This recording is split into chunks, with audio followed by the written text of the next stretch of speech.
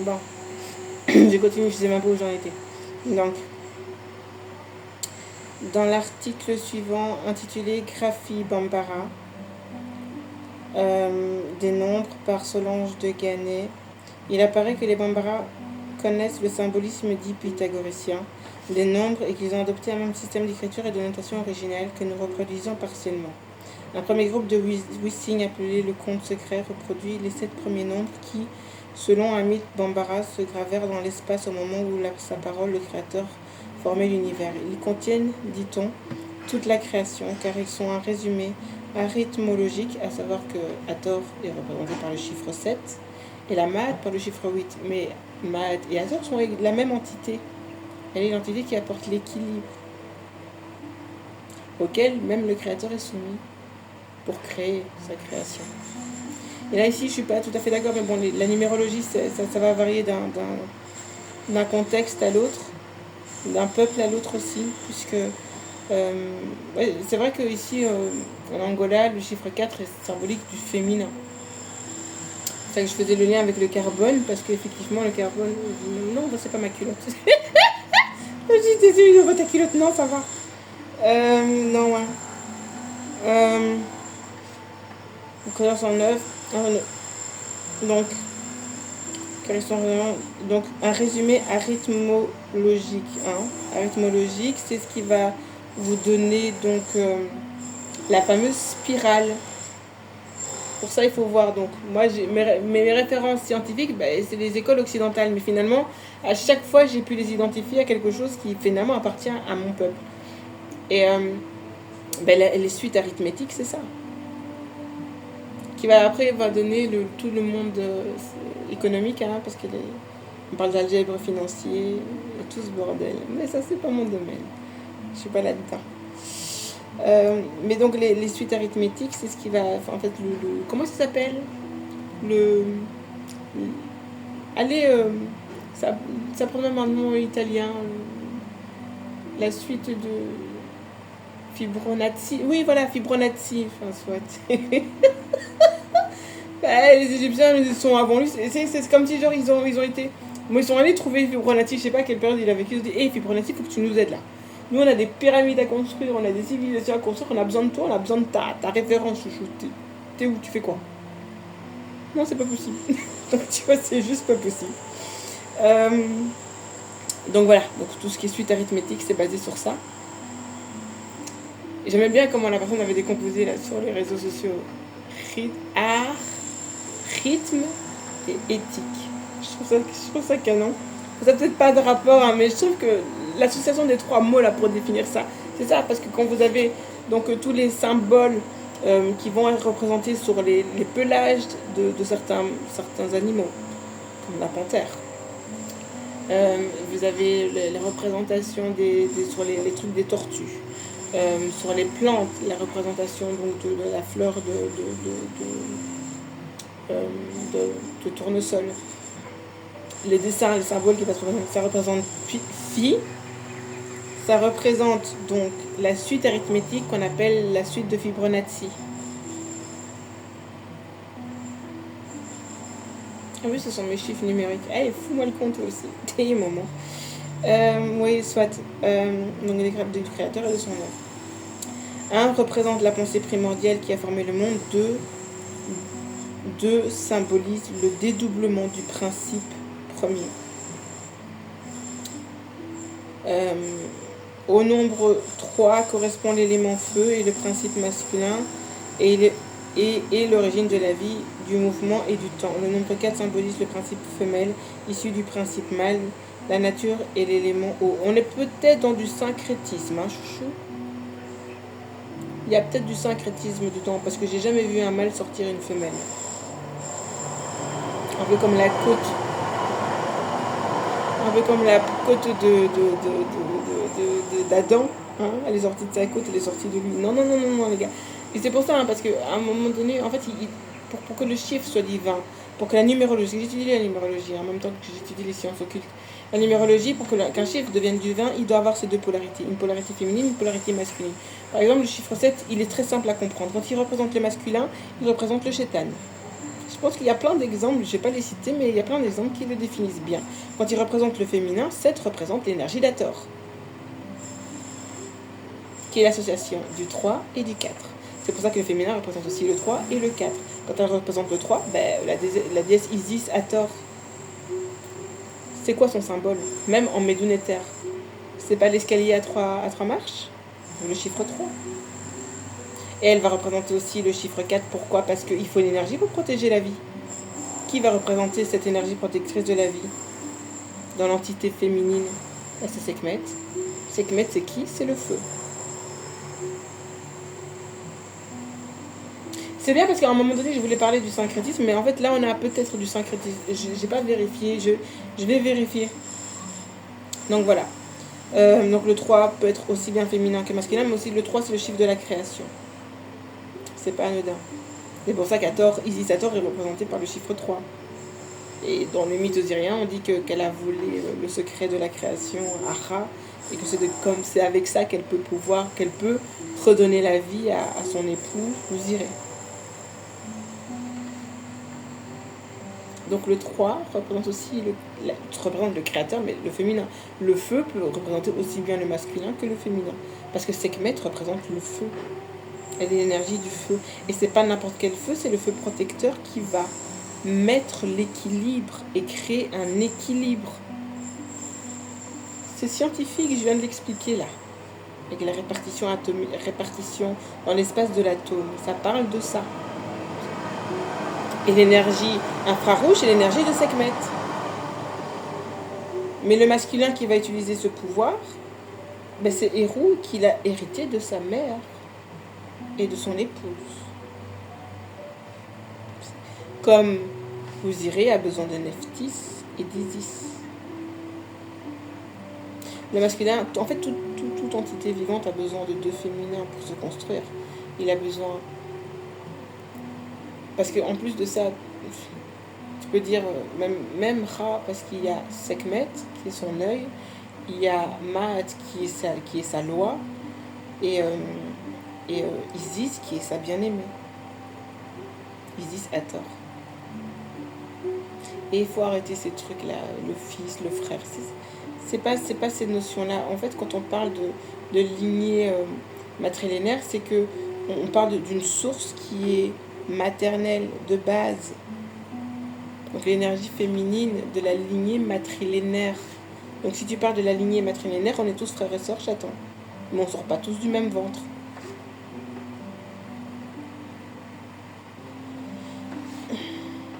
Mais bon, c'est bien avec les esprits tordus, tu fais n'importe quoi. Et tu peux te raconter n'importe quoi.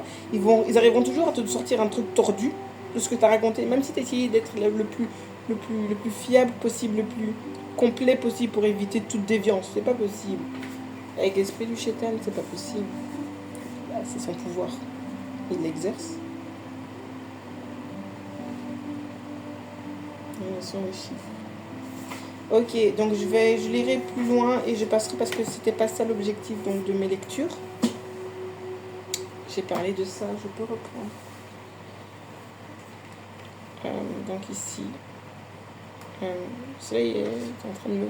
En fait, c'est parce qu'il y a la plante et du coup il y a des espaces entre ces feuilles. Du coup, je me prends le tape le soleil dans la gueule.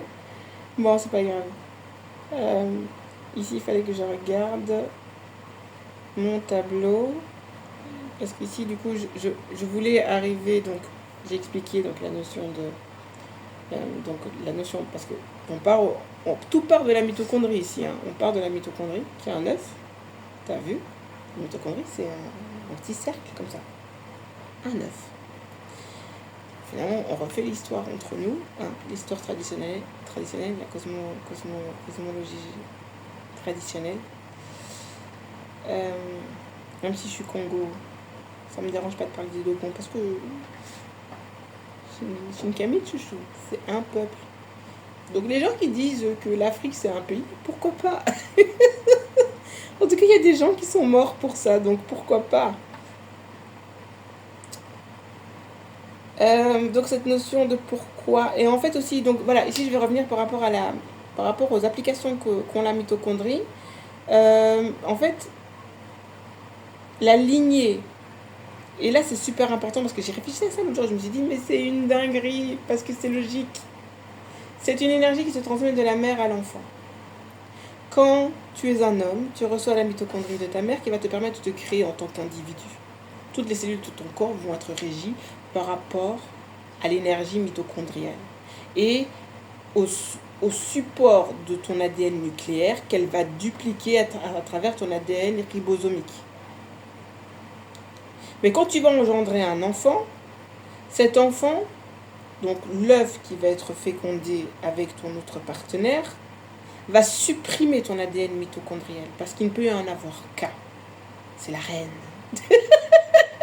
Façon de parler, mais c'est logique, hein. Il ne peut y en avoir qu'une de reine. T'as vu? Là, pour le coup, l'énergie mitochondrielle, il est radical. Il n'y en a qu'une. Parce que si tu as 2 ADN mitochondriels dans un œuf, en fait, il y a comment on appelle ça, dysfonctionnement. Et ce dysfonctionnement va amener la mort. Il n'y a pas de vie. Ça ne tient pas, la vie ne tient pas. Quand il y a 2 ADN mitochondriels. C'est ce que les LGBTistes sont en train d'essayer de concocter en ce moment. Essayer de faire en sorte que l'ADN mitochondriel masculine, donc hérité de sa mère, passe pour pouvoir engendrer un être. Ils ne savent pas ce que ça va donner, personne ne sait ce que ça va donner. La vie te dit ça ne peut pas se faire dans ce sens-là, mais ils vont quand même essayer de le faire. Les hommes enceints. Enfin, c'est une autre partie du sujet, mais c'est ça. Hein. Parce que les hommes enceints, ce sont des femmes qui se sont mis en tant qu'hommes, mais qui vont quand même porter la vie. Il n'y a rien de mystique. Mais ils sont quand même dans une dynamique d'essayer de faire en sorte que l'homme... Parce que la mitochondrie permet la multiplication cellulaire de l'embryon. De la période entre l'anidation et l'embryon. Et c'est pendant cette période-là où tous tes systèmes nerveux, système endocrinien, etc. sont constitués à travers ta mitochondrie et ta mélanine aussi, puisque la mélanine, qui est du carbone, c'est la vie. L'article l'a dit. Tu es au courant ou pas?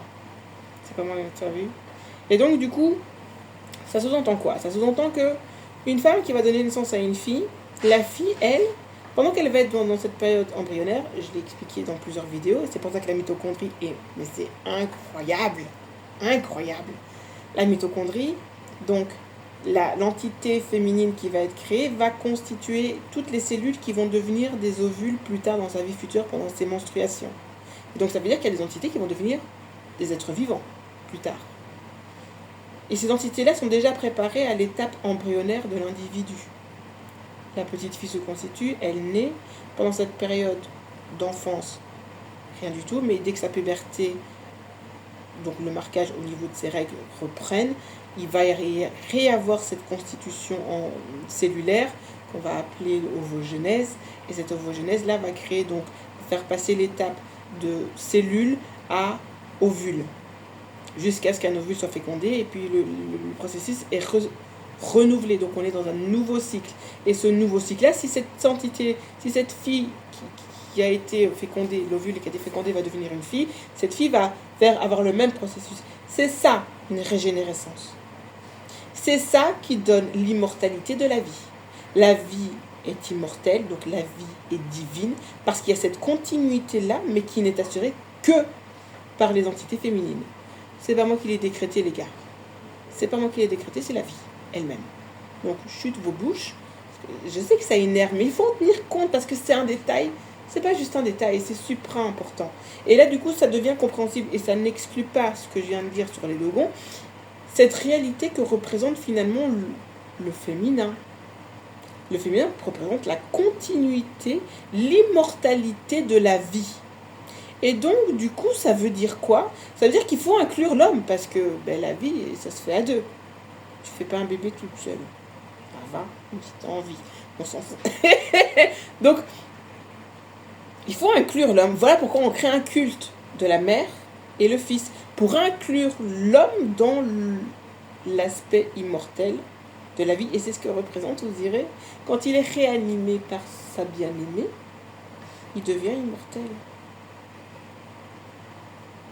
Là où, biologiquement parlant, c'est pas le cas. Donc, créer un culte, et là, il faut comprendre ce que veut dire créer un culte. T'as capté? créer un culte, c'est ça. C'est donner En fait, c'est comme la religion. C'est pour ça que les religions se sont inspirées du mythe osirien et donc de la divinité Isis pour représenter leur religion. Ils ont pris des briques, ils n'ont pas compris, mais ça parle de ça. C'est comment le livre Isis dévoilé ou des trucs comme ça. Enfin, non, peut-être pas Isis dévoilé, c'est un autre livre. Je ne sais plus. Donc, plusieurs livres de l'époque du 19e siècle expliquent que donc, tout ce qui est toutes les trois religions vont s'inspirer donc, du mythe osirien et vont prendre pour source la déesse Isis parce qu'Isis représente ça. Elle représente l'immortalité de la vie. C'est pour ça qu'elle est la bien-aimée. Elle est la bien-aimée du Créateur parce qu'elle est devenue elle-même le Créateur à travers son entité féminine. Parce que du coup, ça veut dire quoi? Mais à un moment donné, il faut comprendre ce que je viens de dire. Ça veut dire que des êtres humains qui vont vivre dans 1000 ans ont déjà été conçus au niveau cellulaire des êtres humains qui vivent aujourd'hui. C'est tout ce que représente la mitochondrie. T'imagines? Juste avec la mitochondrie.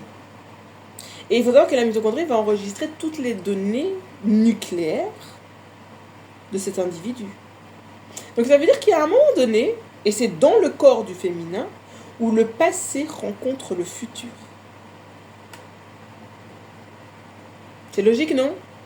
Si moi, étant petite, quand j'étais à l'état embryonnaire dans le ventre de ma mère, ça veut dire qu'à un moment donné, j'ai été en contact avec toutes les entités précédentes de ma mère, puisque c'est enregistré dans son ADN nucléaire et son ADN mitochondrial, et en même temps, j'étais en contact avec les arrière petites filles qui n'ont même pas encore été conçues, puisque j'ai conçu des ovules qui vont les concevoir plus tard. Mais pour ça, il faut avoir des filles. Donc il faut vraiment une lignée matrilinéaire. S'il y a un garçon, c'est fini, c'est coupé. Pourquoi? Parce que l'homme va devoir aller trouver une autre entité féminine pour pouvoir assurer cette continuité-là. Donc cette lignée-là, c'est terminé. C'est pour ça que je dis, sur le plan matrilinéaire, on est tous frères et sœurs, chouchou. Mais on ne vient pas tous du même ventre.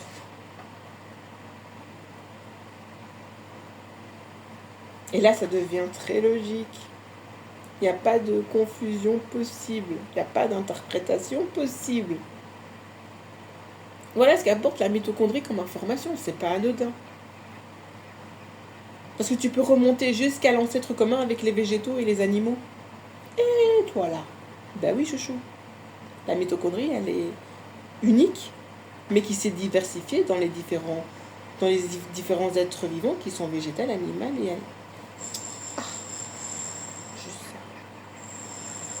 c'est pas rien. Et donc, du coup, ça veut dire qu'il y a des moments, dans un espace-temps infiniment petit, et là, on est peut-être dans la quantique, t'as vu? Où le futur rencontre le passé. Et là, tu comprends certaines notions du traditionnalisme ancestral, qui est basé sur le culte des ancêtres. Et là, ça devient très logique. Donc oui, tu peux communiquer avec tes ancêtres. Mais tu peux le faire à travers ton propre corps, pas besoin de gourou, chouchou. Mais pour ça, il faut être dans une haute fréquence.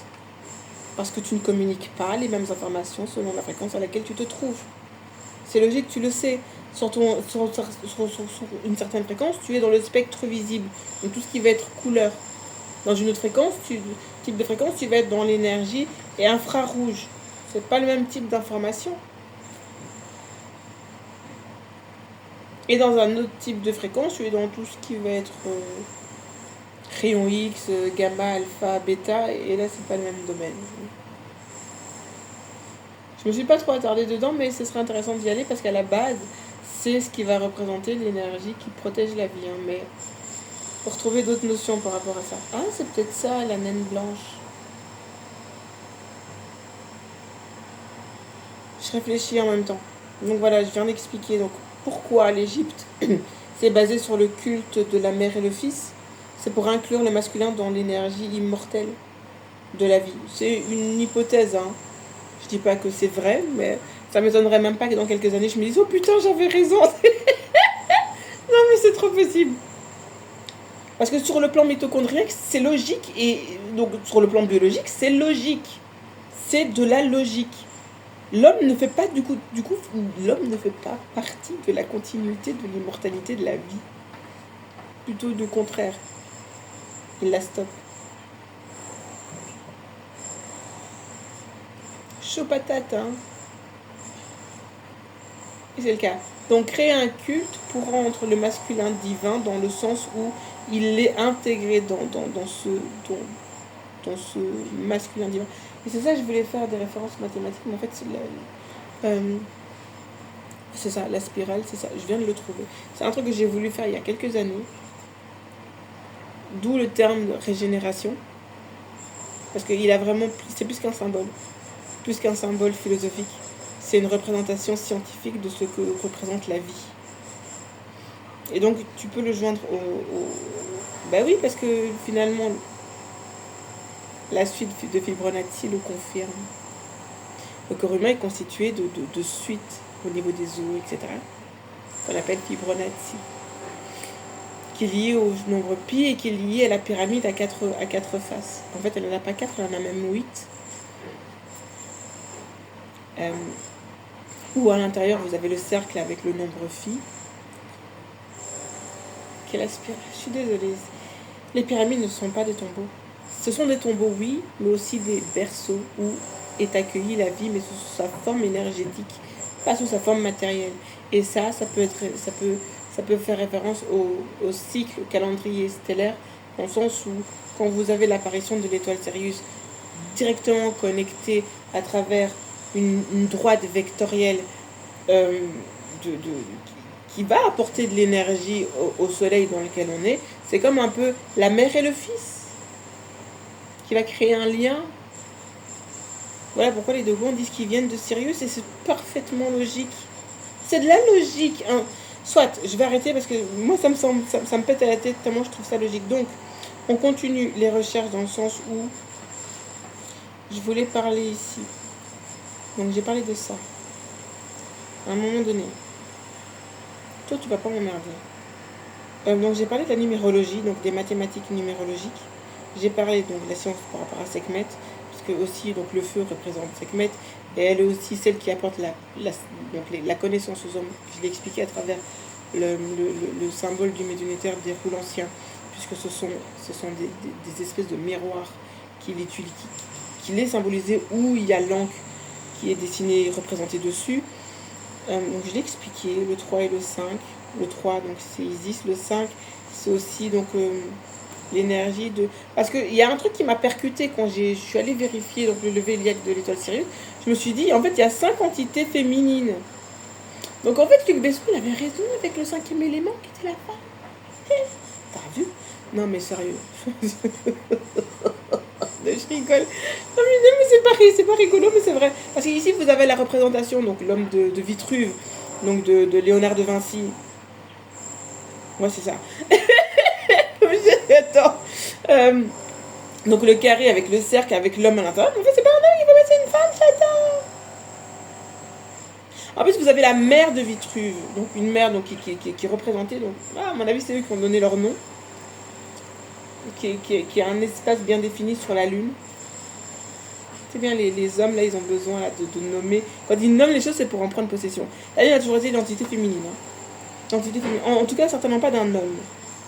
Si ça doit être représenté par un homme, ça va être un homme soit de petite taille, un nain, qui est le dieu Bès en Égypte, ou les pygmées d'Afrique australe, ou, comment il s'appelle le dieu lune, Khonsu, qui est représenté par un enfant avec une natte sur le côté. Qui est comique parce que c'est comme ça que sont coiffés les hommes, les jeunes garçons d'Angola. Les autochtones d'Angola. Donc avec la natte sur le côté, des jeunes garçons. Et en fait, je crois que je suis pas sûre, mais même les petites sont représentées comme ça. Puis une fois que la fille devient grand, elle a ses coiffes bien spécifiques. Si elle est célibataire ou mariée, ou si après elle a des enfants, donc coiffes bien différentes. Et l'homme va avoir cette espèce de crête comme ça là, long comme ça sur les côtés, avec la boule là. Ça fait penser aux coiffeurs des Namek. Non, mais ils ont pas de cheveux. Non, mais ils ont des antennes. Ouais, enfin, ça, moi, ça, je sais pas pourquoi. Ouais, des fois, je fais des assemblages de choses et je me dis, en fait, peut-être que c'est peut-être logique. Je sais pas pourquoi j'ai associé ça à ça. La coiffe des guerriers Congo. Au peuple Namek dans Dragon Ball. Je vous jure, j'ai fait. C'est comme, c'est comme le dragon Sharon. Moi, quand j'étais petite, je disais ça, c'est une fille. C'est l'énergie féminine. C'est une fille. Bah ouais. C'est un dragon d'eau. C'est un serpent d'eau. Donc, une énergie qui se mouvoie dans l'air. Qui me défie. Qui fait. Eh, maman, c'est quantique, chouchou. Ouais. Donc, avec les 7 boules, cette représentation, le 7 qui va représenter l'énergie féminine. Parce que quand il représente l'énergie masculine, il est le chétan. Et vous connaissez très bien les exemples que je ne vais pas citer qui le représentent parfaitement bien. Le 7 masculin. Et voilà. Donc ici on va parler donc je parle donc j'ai parlé de la numérologie. Donc il y a cette notion d'infini qui est représentée mathématiquement aussi avec c'est ça hein, les intégrales, dérivées première seconde, donc la notion du mouvement. C'est pour ça que je dis que le mouvement est associé à l'énergie féminine parce que le mouvement c'est féminin. Qu'est-ce qui pousse à être en mouvement? Mais qu'est-ce qui te permet d'être en mouvement sur le plan strictement biologique? C'est ta mitochondrie, chouchou. T'as vu? Donc c'est bien l'énergie féminine. La numérologie rejoint. Maintenant, ça peut varier selon les peuples. Et je pense que c'est du syncrétisme. Le féminin qui sort du masculin. Mais attends, moi je connais une histoire comme ça. Je connais une histoire comme ça, mais c'est pas, ça n'a rien à voir avec l'Afrique, chouchou. Donc ici, donc je reprends. Isisator, donc l'énergie de Sekhmet, donc la flamme, le feu, le mouvement, l'énergie plasmique.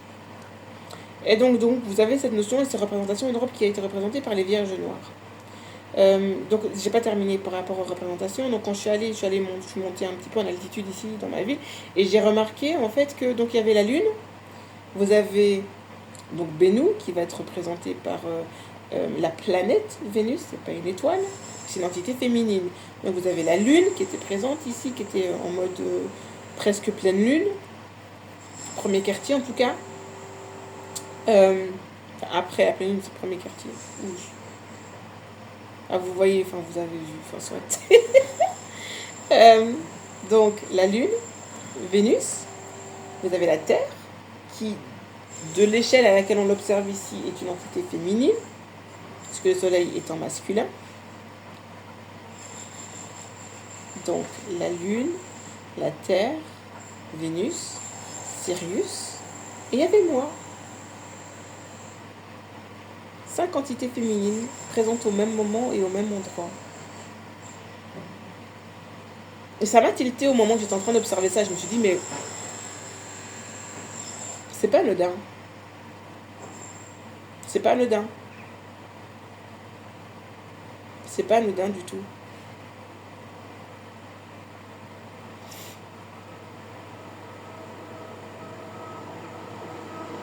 C'est pas anodin du tout. Alors, qu'est-ce que ça veut vraiment symboliser? Je ne sais pas. Mais pour moi, il y a matière à rechercher. Et aussi, un truc que j'ai remarqué, c'est que là où j'étais, et donc du coup, je vais vraiment m'intéresser maintenant aux églises et à leur position géographique, c'est que l'étoile Sirius, la levée héliaque de l'étoile Sirius, était pile poil à l'endroit où tu avais un alignement de deux.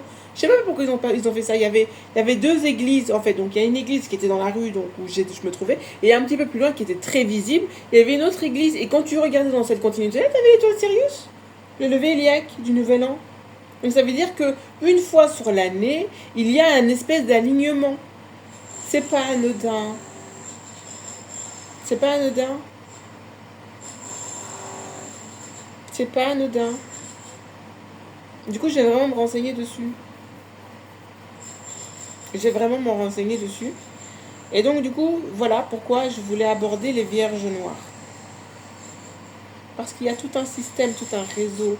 Comme le professeur Kalalom Mutunde dit, donc un réseau tellurique, donc énergique tellurique, et qui peut être compris, vraiment apprivoisé, je vais encore revenir dessus, mais avec le réseau de Bravais, parce que ce sont de l'énergie. Quand vous avez un atome qui va passer d'une position à une autre position, il va dégager un espèce de rayonnement lumineux qui est une énergie quantifiable et exploitable. Pour l'entité constituante à qui appartient l'atome, parce que ces références-là sont absolument partout. Quand vous allez faire de la nutrition, donc avec les notions de pH, etc., parce que j'ai retrouvé en sortant mon cours, il y avait cette notion-là, et qui font référence à cette notion d'équilibre. Équilibre chimique des... Oh, j'ai pas le truc ici, j'aurais dû le sortir. Avec cette notion de... Oh, j'ai pas... j'ai le truc ici. Attends. Je vais vous montrer. Ce sont des notions qui servent à l'astrophysique. Attends.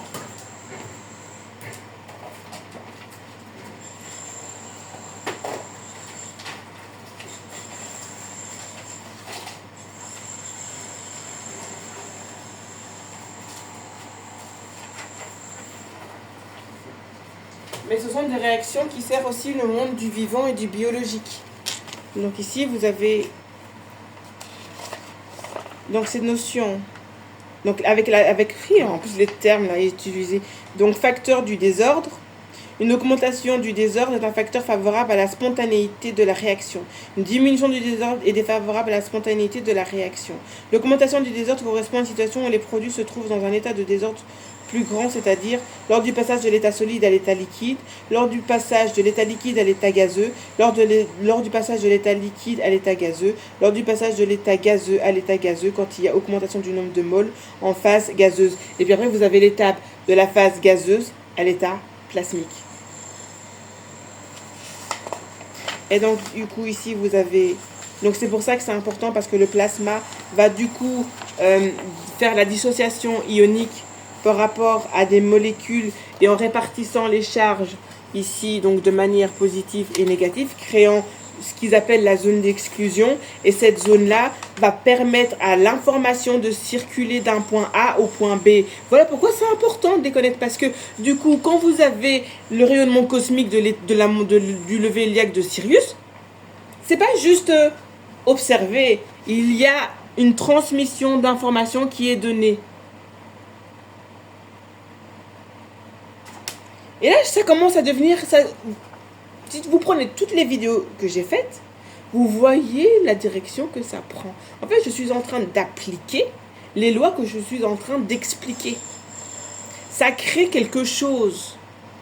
Et cette connexion-là, tu ne peux avoir les informations qu'en étant dans une certaine vibration. C'est pour ça que je parle des gens qui sont lumineux et des gens qui sont gris. Les gens qui sont gris, il n'y a plus d'informations qui passent, c'est terminé.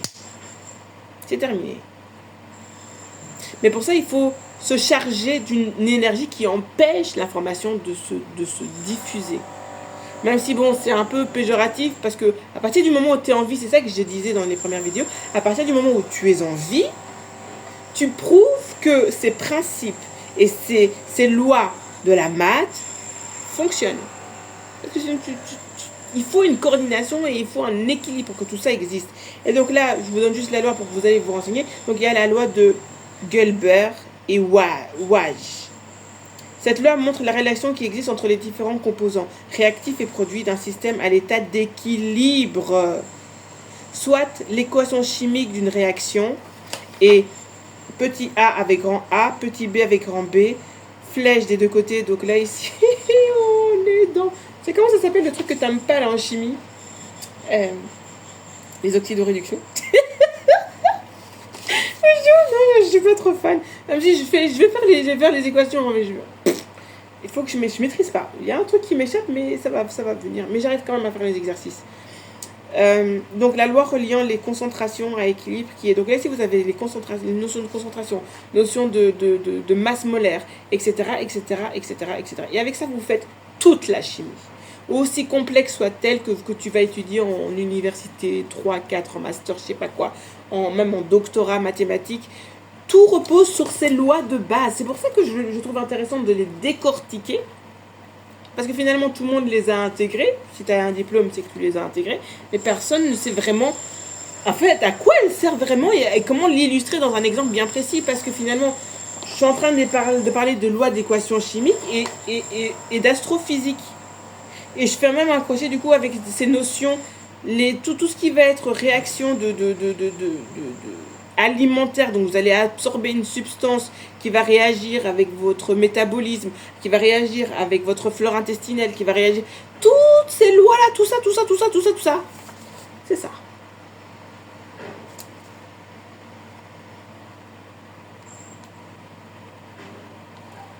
C'est dingue. Tout n'est que fractal. Et donc si tu te bases de ça, ça veut dire quoi? Ça sous-entend quoi? Ça veut dire que tout le monde peut devenir son propre médecin. Tout le monde est médecin. Si tout le monde avait pourtant tout le monde a l'information, mais ça veut dire que personne n'est médecin. Enfin, maman. Non, s'il y en a des bons quand même. Parce que vendredi, je suis en procès avec un médecin. Tu l'as signé le serment d'hypocrite. Hein.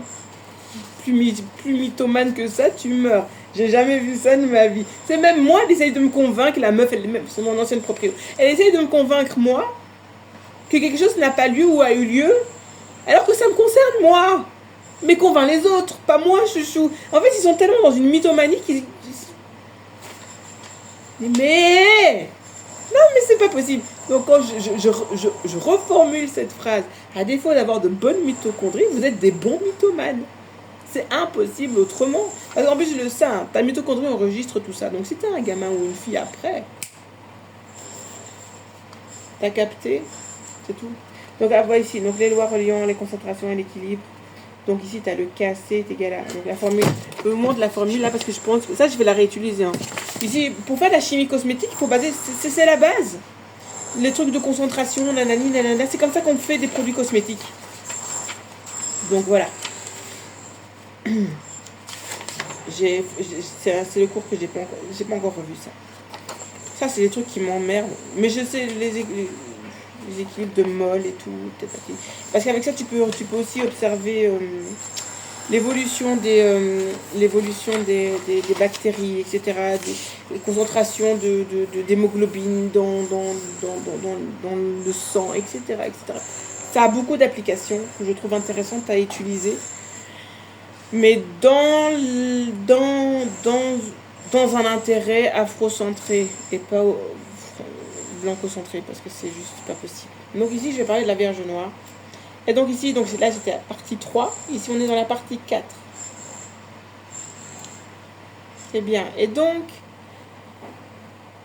la Vierge Noire, je vais parler surtout des Amériques parce que je trouve que c'est super flagrant. Tu peux pas dire non, c'est faux. C'est observable en Afrique, hein, le syncrétisme, il y en a eu un exemple là, je pense. Je ne suis pas certaine, je ne vais pas confirmer pour ne pas dire de bêtises. Mais en tout cas, pour les Amériques, pour moi, c'est une certitude. Et il y a une grande corrélation culturelle entre les peuples des Amériques et les peuples africains, que je trouve vraiment très saine, qui m'amène même à me dire que finalement, ils ont peut-être déporté des gens juste parce qu'ils voulaient dissimuler l'information et qu'il y avait des Noirs. Ils sont arrivés aux Amériques, ils ont vu des Noirs, des civilisations noires. Tu vas pas me dire que les mecs étaient blancs. Arrêtez ça. Faut arrêter. Maintenant, c'est même plus négocié. Je ne discute même plus avec les gens qui ont ce type de propos. Faut arrêter maintenant. Ça va pas ou quoi? Donc ici, je reprends donc la Vierge Noire.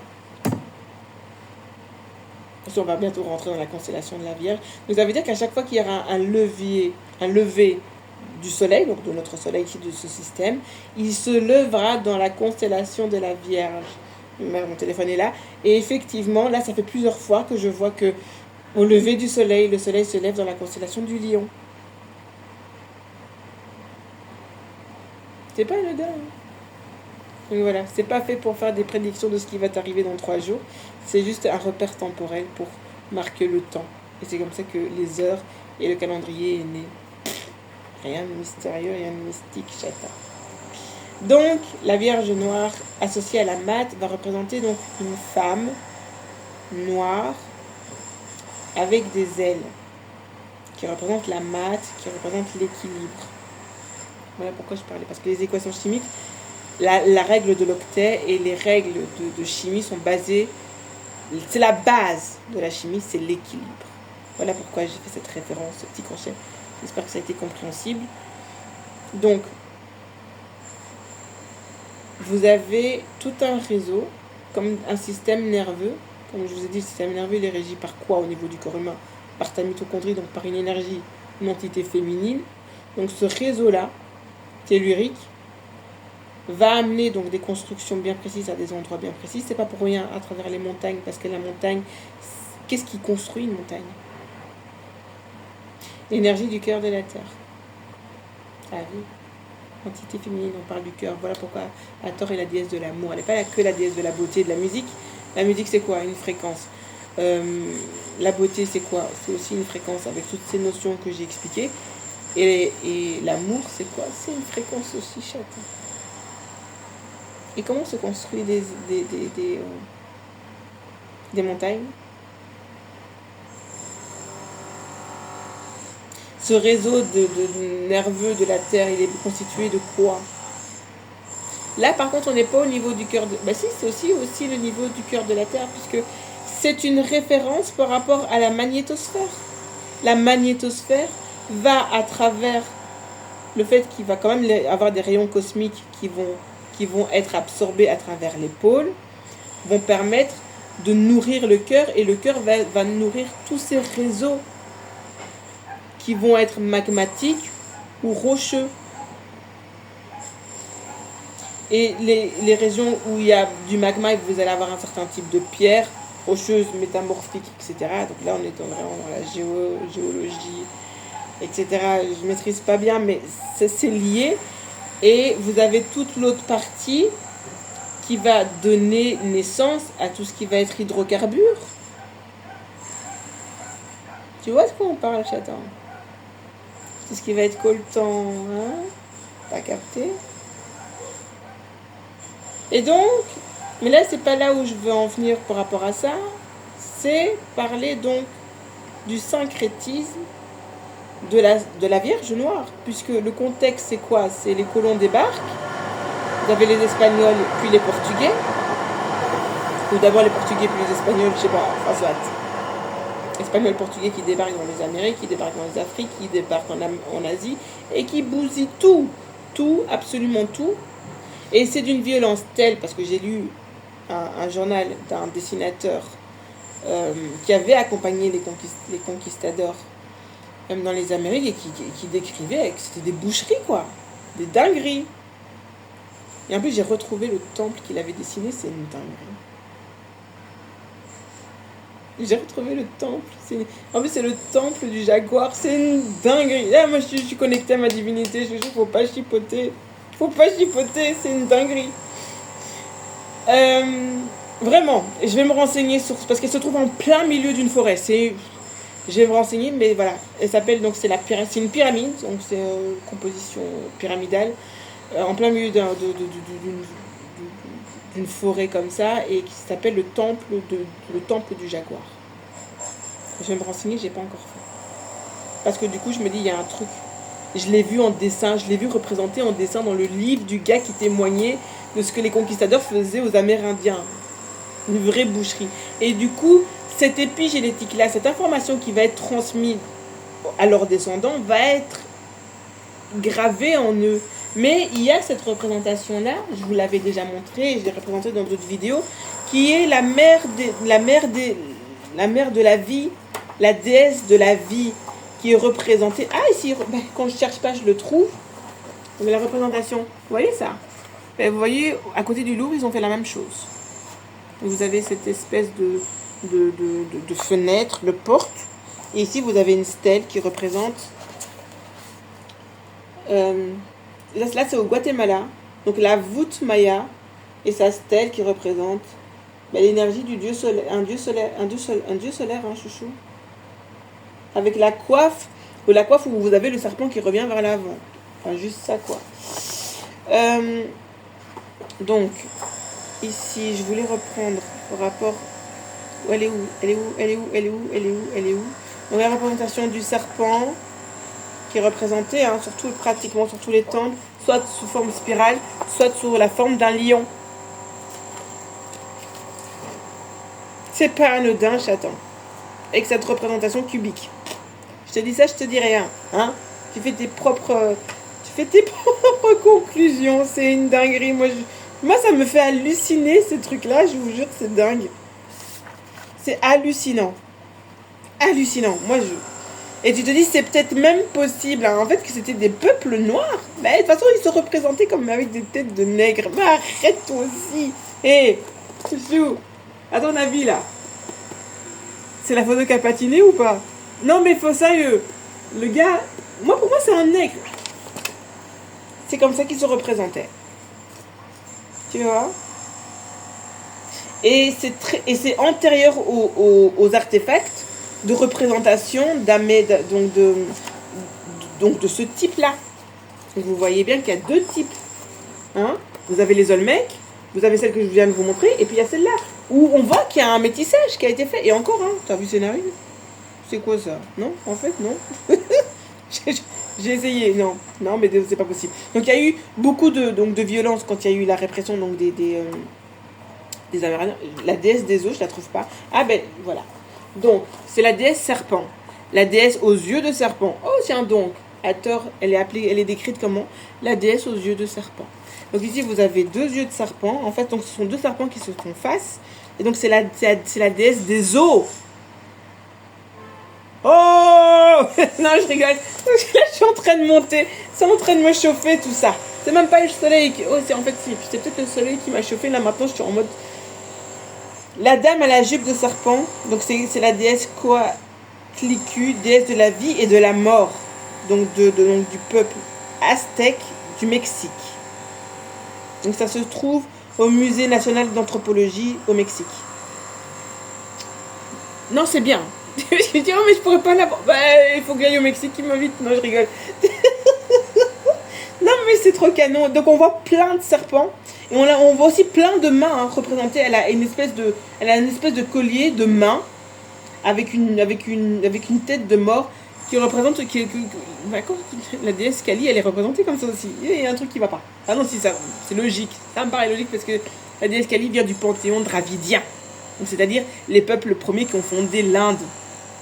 Pas ceux qui sont venus après.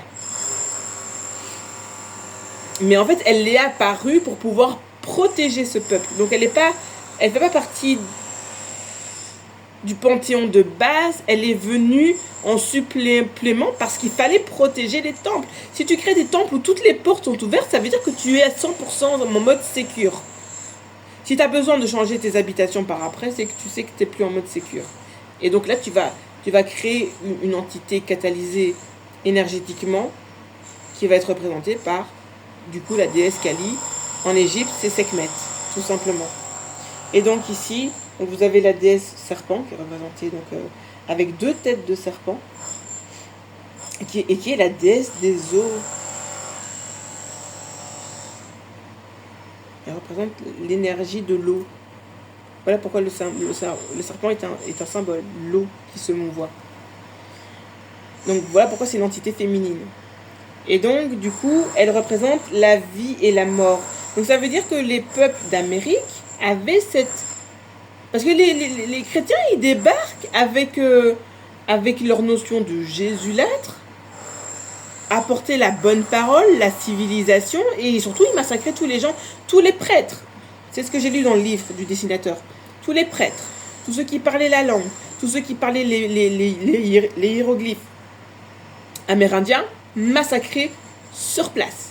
En premier lieu, c'est eux qui visaient, tous les prêtres. Et ils ont fait pareil au Congo.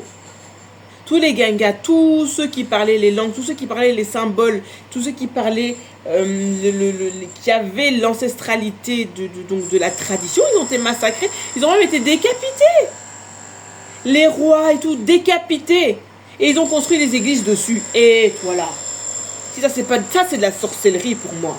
Faut arrêter ça. Le pire, c'est qu'on est là. Et en plus, on a fait une extension de territoire parce que maintenant, on est chez vous. T'as vu? Faut arrêter ça. Oh, désolé, je redescends. Je me calme. Mais ça me monte au nez, c'est une dinguerie. Soit. Je redescends. Et c'est comique, ça aussi. 84. Statue dite de l'adolescent de Tamoin vers de taille. Et c'est comique. Mais c'est une dinguerie, ça. Je n'avais pas retenu cette page. Je vais vous montrer un truc, c'est une dinguerie. Quel peuple tient son enfant comme ça? Eh mais faut arrêter ça maintenant. Je vous dis, ils ont déporté des Noirs dans les Amériques pour dissimuler l'identité native des Américains. Pure souche. Des nègres. Avec la culture nègre. Parce que la plupart des artefacts qui sont dans ce bouquin sont dans des collections privées ou dans des universités. Eh, c'est pas au grand public. Toi, tu peux juste avoir la photo là, ici dans le livre. C'est tout. Donc ça veut dire que sur le plan énergétique, tu peux pas la quantifier.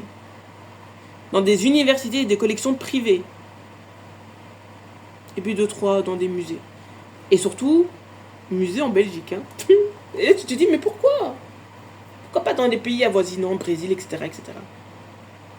Il y a beaucoup certains artefacts qui ne sont pas dans les collections privées, qui ne sont pas dans les universités américaines, mais université de Liège et tout. Hein. Enfin, c'est une dinguerie. Tu te dis, mais pourquoi? Ben, ça se trouve ici à Bruxelles. Pourquoi? C'est spécial quand même. Non, c'est trop bizarre. C'est pas normal. Je sais même plus ce que j'allais dire. Oui, donc voilà, pour en parler. Donc, ils ont massacré les gens. Et donc, les gens ont dû s'assimiler. Donc, et c'est ça que j'ai bien aimé. Vraiment, la représentation ici. Je vais vous la montrer. Donc, la phrase. C'était quoi la phrase du départ? Donc, après la recolonisation, l'impérialisme occidental. Je sais pas lire. Maman, il y a le truc dessus. Au peuple non blanc. Donc impactant donc au peuple non blanc. Ces lunettes de vue psychologique en vue d'une opération de clonage culturel, alignant de force leur vision du monde sur ce point de vue blanco-centré. Donc maquillé en universalisme. Et donc du coup, cette image, elle est colossale. Et pourquoi ça va pas? Mais c'est quoi ça? Pourquoi tu c'est effacé. Il dit non, je veux pas. Et je rigole. Arrête de dire des bêtises, toi aussi. Alors, il faut que je revienne dessus. Elle est là. Donc, je vous la montre. Donc chaque peuple jouissait de ses propres lunettes de vue psychologique. Mais on va se calmer, mon ami. Donc, vous avez cette première image. Donc, je suppose que vous avez déjà vu. Donc, ça, c'est dans quoi? Donc, l'impérialisme culturel. Donc, le nom. Je sais plus le nom. Donc, c'est une intervention de Franco sur la chaîne de Mobali. On voit pas bien. Donc, ici, on voit ici que face à l'énergie noire, donc cette entité-là, ben, en fait, les autres peuples ne réagissent pas, même si ici, tu dois associer l'arabe et le blanc ensemble. Hein. Soit. Donc les autres peuples réagissent parfaitement bien parce que le noir est une couleur en Asie. Le noir représente la beauté, le divin et la royauté. Enfin, faut arrêter quoi. Depuis l'Inde, cette région-là, avant les pays qui finissent par stan, jusqu'au Japon, le noir représente le divin, les kami, donc les dieux. La royauté, c'est pour ça que j'adore le pays du Bhoutan, parce que la couleur noire représente la lignée royale. Juste ça. Et c'est pour ça que le corbeau est le symbole de ce pays. Et la supériorité dans le sens où les arts martiaux, quand tu as atteint le degré master, c'est une ceinture noire chaton. Tu vois?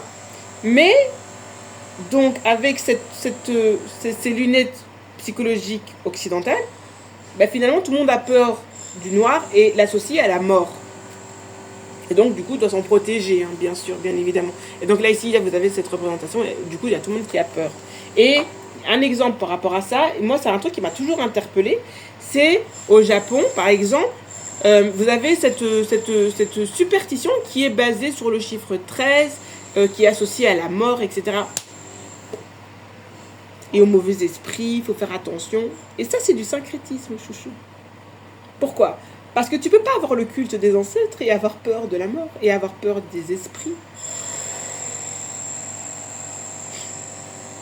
Alors, tu peux les craindre dans le sens qu'il y a des esprits mauvais que tu dois t'en protéger, mais de là à créer toute une superstition, quand c'est une superstition, c'est quand tu as vraiment peur, c'est la peur qui devient culte. Pas avec le culte des ancêtres, qui existe toujours aujourd'hui au Japon. C'est impossible. C'est pas logique. Tu peux avoir le culte des ancêtres et avoir peur des morts.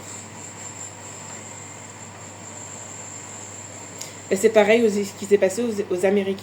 Aux Amériques, ils ont eu pas... C'est pas peur de la mort, c'est la mort que l'Occidentaux est venu leur infliger. Ce capitalisme-là, parce que c'était pour le capitalisme, hein, c'était pour les matières premières. Donc, ils ont associé ces deux idées-là, et c'est ce que j'ai expliqué à Madou. Parce que cette notion de réseau de Bravais et de représentation spatiale, il y a un aspect plus approfondi sur le plan métaphysique de ce que ça représente. Je l'ai expliqué à un gars, le gars, il était choqué.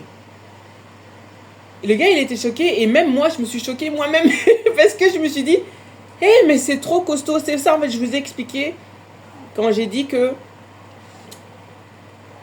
j'essaye d'associer des lois physiques, quand je vous dis que je parle de métaphysique, en fait, je parle de métaphysique, j'essaie d'associer des lois physiques au mouvement, en fait, que représente le panafricanisme et ces mouvements révolutionnaires.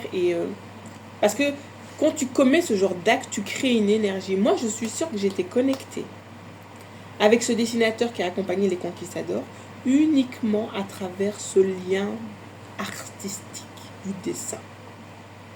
Et en plus, le fait que je tombe dans ce bouquin-là sur le temple qu'il a représenté en dessin. Donc ça veut dire que le temple là, le temple du jaguar, le gars qui a écrit ce livre, il y était.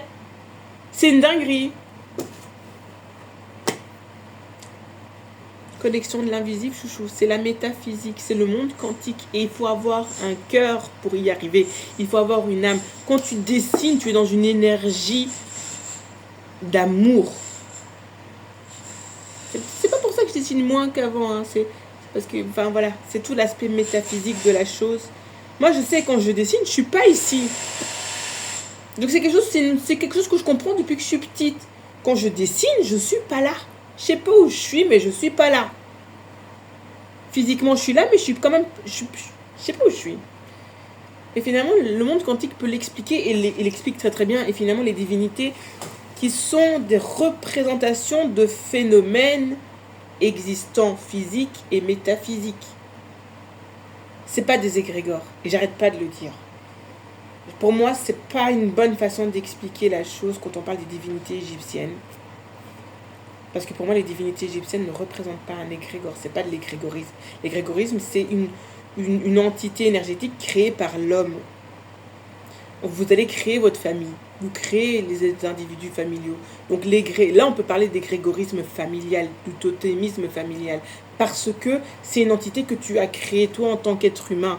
Et puis, il y a des représentations de phénomènes astrophysiques, astronomiques, métaphysiques et physiques qui vont être des symboles. Et un symbole, c'est un dessin.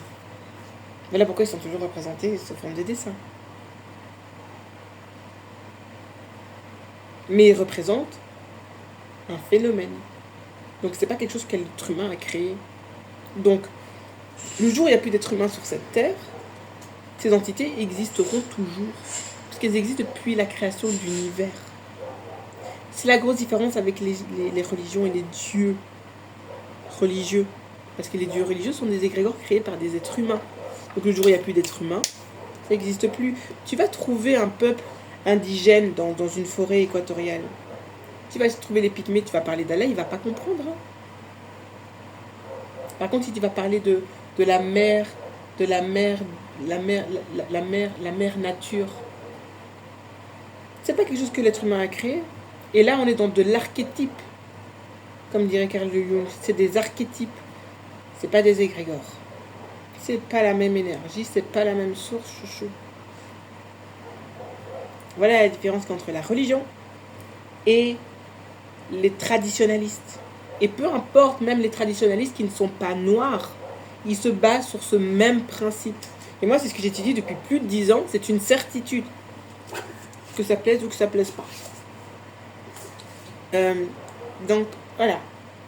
Je voulais parler, donc j'ai parlé de ça. Donc je parle donc de... Donc, Et donc du coup, j'ai compris à travers donc, les divinités précolombiennes, d'Amérique précolombienne, pourquoi ce syncrétisme s'est transformé en... Vous connaissez bien, donc vous avez la Sainte Muerte. J'espère que je l'ai dit avec le bon accent. La Sainte Muerte. Donc vous avez la Sainte... comment on parle de Maria Negra. Donc ça c'est la Vierge Noire. Maria Negra c'est la Vierge Noire. Maria Negra, donc la déesse de la vie. Et puis après vous avez la Sainte Muerte, donc qui est la déesse de la mort. Qui dans le panthéon des divinités qui ne sont pas des égrégores mais des entités, ici vous avez la déesse Isis Hathor. Ça représente juste Isis Hathor. Isis Hathor est une entité qui protège les vivants et les morts. Sous la forme de la femme vache aux yeux de serpent.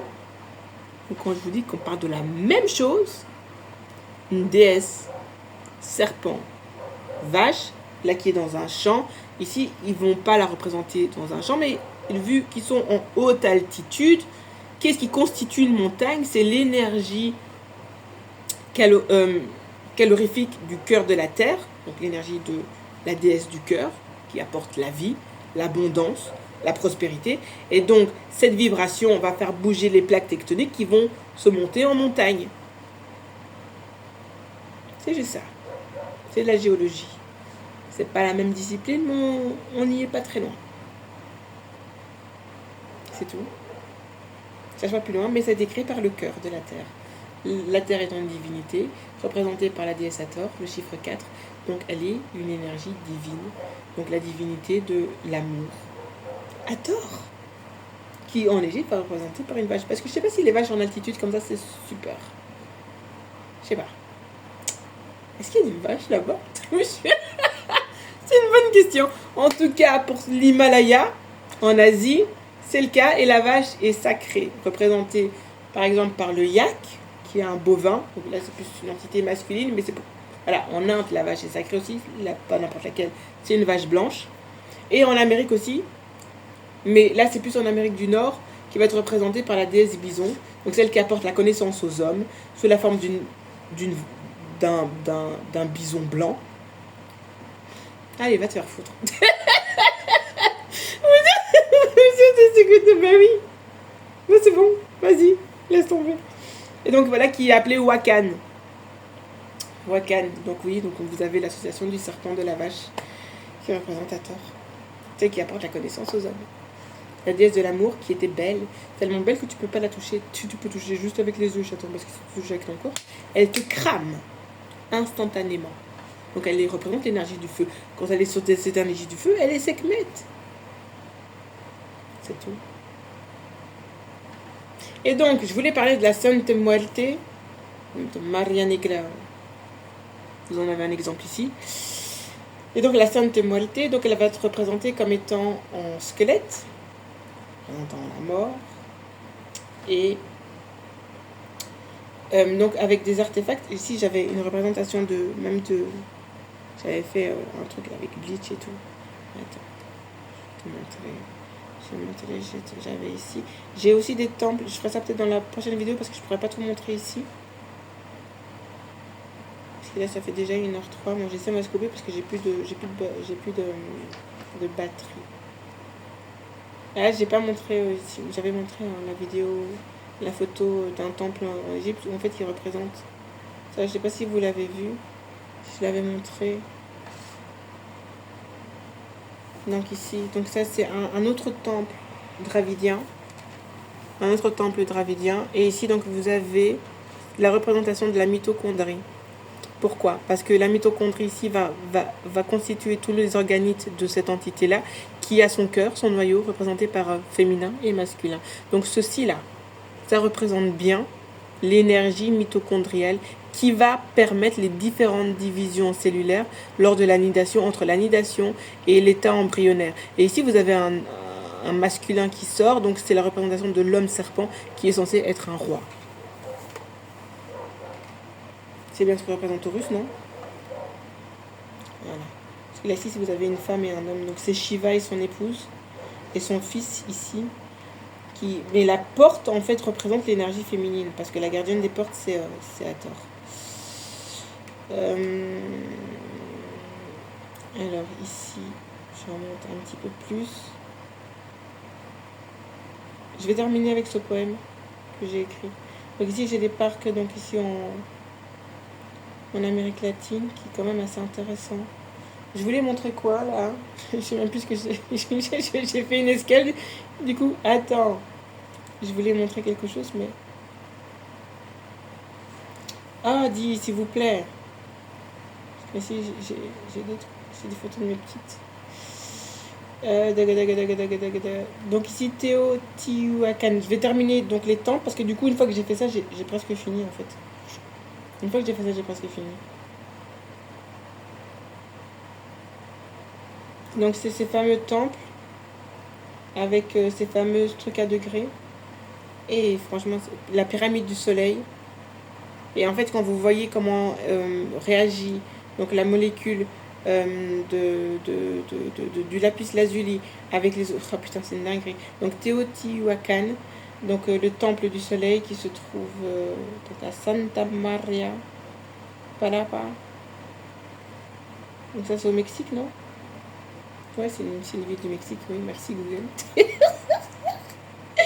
Et donc, du coup, donc voilà, ce sont des références. Parce qu'ils ont des... il y a des stèles aussi là-bas. Donc, c'est pas anodin. L'endroit, et sont des endroits telluriques aussi. Vous avez aussi une représentation, vous avez un géoglyphe d'une araignée. Le symbole de l'araignée n'est pas anodine. Et là, du coup, c'est logique parce qu'ils sont dans une population qui a des araignées aussi, mais c'est... Donc voilà, en fait, c'était juste pour pouvoir représenter... Montre-moi cette photo-là. Parce que vous avez des espèces... C'est sur des plateaux, et c'est pas pour rien que ce sont sur des plateaux.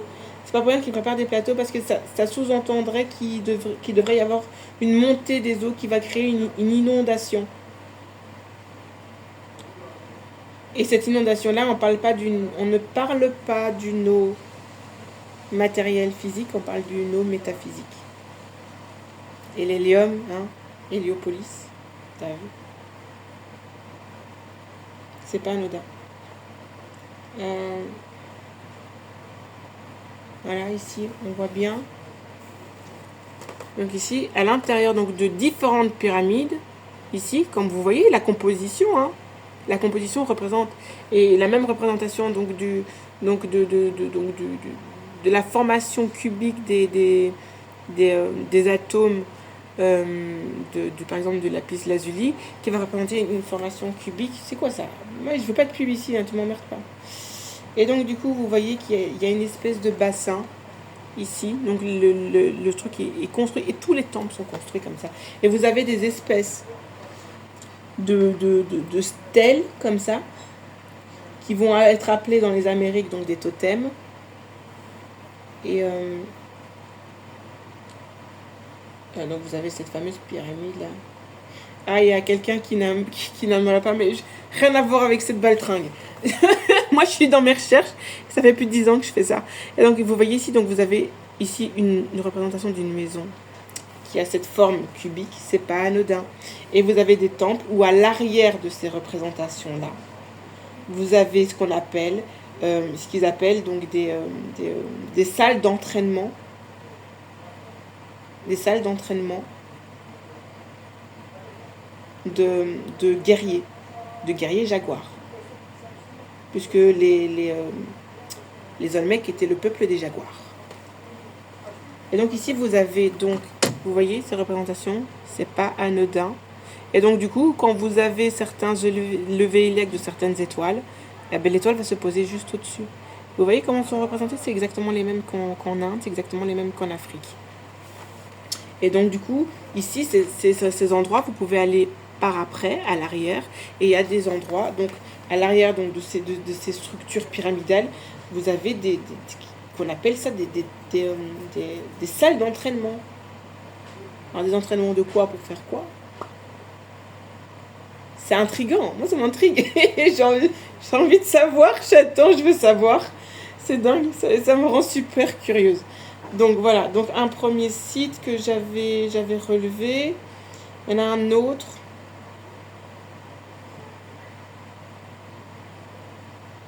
Alors je sais pas, il est avant que la vidéo se coupe parce que j'ai plus de batterie sur mon téléphone. Enfin, j'ai pas que j'ai pas. J'ai plus de trucs. Ah, voilà. Ça aussi, j'avais la photo.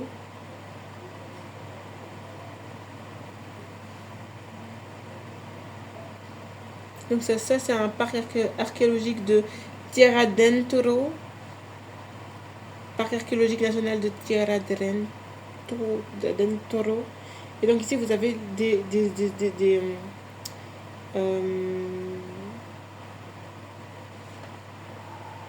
espèces de tombeaux, des tombeaux avec les représentations. Et maman, tu dis c'est pas des super... non, pardon. Donc vous avez cette représentation cubique des colonnes. Avec ici on voit pas très bien, mais ça représente des têtes de personnages. Alors je ne saurais même pas dire si c'est féminin ou masculin. Mais avec des représentations cubiques. Donc la représentation, ça c'est un symbole Congo. Hein. C'est un symbole Congo. Donc est-ce qu'ils sont venus leur apporter des choses, est-ce qu'ils... Enfin soit. Et donc ici donc vous avez des représentations des stèles. Ouais. Ouais. Et donc en fait le syncrétisme qui est partout aux Amériques. Et en fait la répression a été tellement forte. Tellement forte. Parce que là-bas c'est pas qu'en Afrique hein, où ils ont construit des églises sur la sépulture des têtes. Soit ils les ont embarquées chez eux en Europe, ils ont mis dans certains musées, ou soit ils les ont mis sous terre et ils ont construit une église dessus. Enfin, c'est dingue. Il y a une vidéo qui parle de ça, donc des fétiches qui parlent de quand il est parti visiter un musée en Angola. C'est costaud. Hein. Et donc ils ont fait la même chose dans les Amériques. Ils ont tué des gens et ils ont détruit des temples sur lesquels ils ont construit des églises. Et en fait, la répression a été tellement forte qu'ils ont associé cette violence finalement à cette déesse de la vie et la mort. Parce qu'elle représente, donc vous voyez, elle a un crâne. Il y avait un crâne dessus, un collier avec un crâne dessus. Parce qu'elle représente aussi la mort. Mais pas la mort qui détruit, la mort pour le renouvellement de la vie. Voilà pourquoi c'est une entité féminine. Donc cette notion de mitochondrie était comprise et acquise. C'est impossible autrement. Logique. Et donc du coup, voilà pourquoi. Et je voulais en fait revenir sur le fait de cette mauvaise réputation qu'a cette... du coup cet égrégore, parce que la Sainte Muerte du coup est un égrégore, mais qui va tirer sa source venant d'une divinité qui est bien existante, parce que l'entité de la vie dans sa polarité divin et immortelle repose sur la mitochondrie qui est quelque chose de bien réel et qui n'a pas été construit par l'homme. Vous voyez la nuance entre un égrégore ? Mais la Sainte Muerte est un égrégore qui a été nourri de tous ces crimes qui ont été commis par les colons occidentaux et qui du coup a un pouvoir et qui va nourrir tous ceux qui vont s'opposer aux idéologies, à ces lunettes sociales occidentales que représente l'Amérique latine aujourd'hui. Et je voulais parler de ça parce que j'ai vu un documentaire que je mettrai en barre d'infos qui parle d'un truc, moi ça m'a choquée parce que je pensais pas que c'était possible. En fait, ça m'avait même jamais traversé l'esprit. C'est que quand je suis partie en Espagne, j'ai rencontré un jeune garçon qui est super sympa, qui s'appelle Alejandro. Et donc le jeune Alejandro m'a expliqué, parce qu'en fait lui il vient d'Amérique latine, c'est un natif des Amériques latines, mais il est blanc. Hein. Tu dis le gars c'est un espagnol quoi. C'est pas méchant mais c'est vrai, mais ça m'avait choqué ce qu'il m'avait expliqué, que ça fait quand même longtemps, hein, ça date de 2018. Et le gars il m'expliquait en fait que en fait ils n'étaient pas acceptés par la population espagnole. Tu te dis mais attends, vous êtes des descendants de colons espagnols qui vivent en Amérique latine, qui viennent en Espagne. Comment ça se fait que... Non, il y a un truc qui va pas entre ces... Ils disent qu'ils sont pas comme eux, qu'ils n'ont pas la même façon de vivre. Et il y a beaucoup de délinquance. Et cette délinquance, en fait, voilà pourquoi ils les acceptent pas. Ils les acceptent pas en se disant, mais ce peuple est trop criminel, trop gang, etc., etc. Mais ils se rendent pas compte qu'elle est épigénétique. En fait, je vais résumer, peut-être que je ferai peut-être pas une autre vidéo, je vais peut-être conclure cette vidéo-là, mais En fait, c'est l'hôpital qui se fout de la charité. Dans le sens, même si j'ai rien contre les Espagnols d'aujourd'hui, que j'ai rien contre les Portugais d'aujourd'hui, enfin, quand ils sont sympas, parce que les Portugais m'aiment. En fait, c'est plus eux qui m'aiment pas que l'inverse. Euh, tu te dis, c'est aberrant quand même comme situation. Donc la violence que tu es venu apporter là-bas, aujourd'hui, cette violence, tu ne la veux pas en boom. Parce qu'en fait, c'est un effet boomerang. Parce qu'en plus, ce sont tes enfants à toi. Parce que ces enfants, ces blancs d'Amérique du Sud sont plus proches génétiquement du colon, ce sont les enfants du colon, métissés qu'ils ont eu, plus que... Mais putain, du coup c'est important, c'est intéressant, parce que peut-être qu'ils ont une lignée matrilinéaire nègre. C'est peut-être pour ça qu'ils les considèrent différents. Je sais pas, mais il y a un truc, au niveau social, il y a un truc que je comprends pas. Et ça m'avait vraiment interpellée d'avoir cette discussion avec ce jeune homme qui m'expliquait ça. Et le documentaire que j'ai vu, qui est sorti il n'y a pas très longtemps, je ne sais plus sur quelle chaîne, m'avait ramené à cette réflexion-là. Et je me suis dit, mais c'est dingue. Et en fait, le pire, c'est que je le vis moi-même ici aujourd'hui. Je suis une Congo qui vit en Belgique, avec toute la répression coloniale qu'a représenté la Belgique au Congo. Mais ici, quand moi je suis ici, c'est moi qui suis réprimée et c'est moi qui suis considérée comme violente, agressive, belliqueuse, envahisseuse. Hé, maman. Je rigole, mais c'est pas drôle parce que quand ça prend des proportions tribunales, etc., tu te dis, vous vous foutez de ma gueule. Il va falloir arrêter avec votre énergie guerrière. Quoi? C'est vous qui êtes venu chez moi, s'il vous plaît, arrêtez ça. Tu vois, et puis après, des fois, on fait des réflexions du genre, mais madame, quand on vous écoute, c'est tout le temps les autres, le problème est pas vous. Mais je suis une Congo en Belgique, j'attends. Juste par ça, là, je leur indique qui je suis. Et eux, ils ont cette épigénétique de la violence aussi. Et c'est pour ça que je suis contente. J'aime beaucoup Eugénie Dozakenem. Elle n'est pas la seule, il y en a 2-3 comme ça, la scientifique africaine, qui en parle. J'en avais parlé donc avec Maud Salomé Akila, c'est ça? Je ne sais plus. Maud Salomé, donc la fille du professeur Mukwege. Je lui avais dit dans un des commentaires que pour pouvoir guérir de ce putain de fléau qui est en train de ravager le Congo, je sais pas si vous comprenez que je pars loin expliquer des choses qui se passent sur ma terre en ce moment pour que les gens puissent en faire une comparaison et comparer. Et moi, cette comparaison, elle me paraissait indispensable pour permettre à mon peuple de sortir de cette violence que représente le Congo aujourd'hui. Mais c'est déjà que celui qui a provoqué cette violence se soigne. Et je suis contente que des scientifiques, des diplômés, médecins, biologistes le disent et l'écrivent dans des livres. Tu ne peux pas guérir d'un trauma si celui qui t'a créé ce trauma ne se soigne pas. C'est impossible et improbable. Et quand on entend le discours de certaines personnes aujourd'hui, tu te dis c'est pas demain la veille que je vais guérir. Hein. C'est pas demain la veille que la femme agressive noire va se calmer puisque l'agresseur ne se soigne pas. Enfin, je sais pas quoi. Je vis la même merde avec le daron de mes enfants. On me dit, ah madame, oui, vous avez vécu. Oh, il n'avait pas le droit de le faire. Ah oui. Vous allez voir un psy? C'est du foutage de gueule. Il faut que l'agresseur se soigne d'abord, j'attends, pour changer la situation. Moi, je vais me soigner et puis quoi? Je vais me soigner, je vais guérir et puis quoi? Je vais lui rouvrir les bras. Vas-y, reviens, fais-moi encore tes crasses. Ça va pas ou quoi? Il y a un problème ici, là. Donc, tant que le colon ne sera pas soigné de cette épigénétique qui leur a hérité de la violence, les peuples colonisés, qu'ils soient africains, américains, asiatiques et australiens, ne pourra jamais guérir. C'est de la logique, mais ce n'est pas encore le cas. Parce que la première chose à laquelle les gens pensent quand je dis un Australien, ils vont penser à un blanc, blond aux yeux bleus. C'est pas mon cas, hein, on est bien d'accord.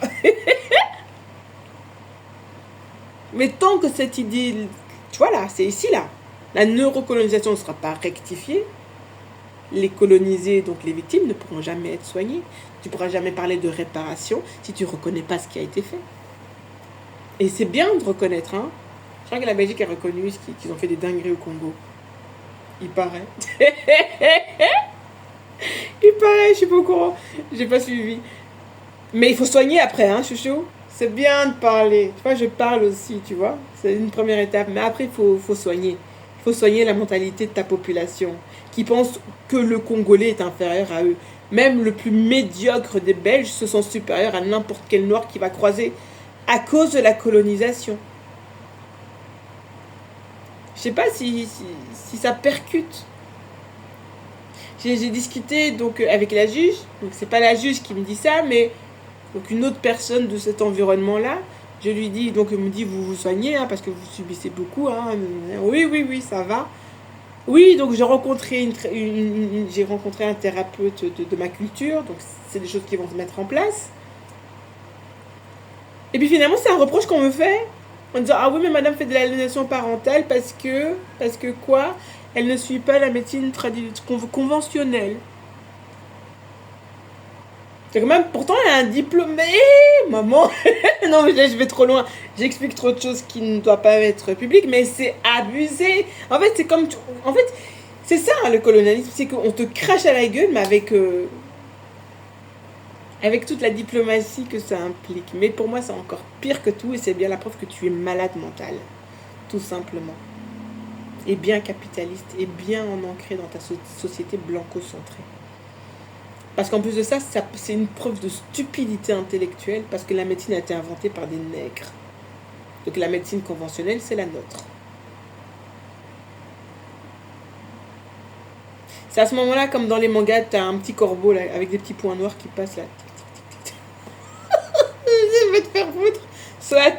Bah, en fait, j'ai fini. Je crois que j'ai rien oublié. J'ai montré les temples et tout. Il y avait des trucs que je voulais parler. Non, ici, là, c'était la première vidéo que je voulais faire. Donc, Amir Malaki ne profite jamais. L'effet boomerang. C'est à peu près ça que je viens d'expliquer. Donc, mauvais. Ah oui, mais ça, ce sont des solutions. Donc, parce qu'ici, là, j'ai parlé des problèmes. Les solutions, les solutions, elles sont là.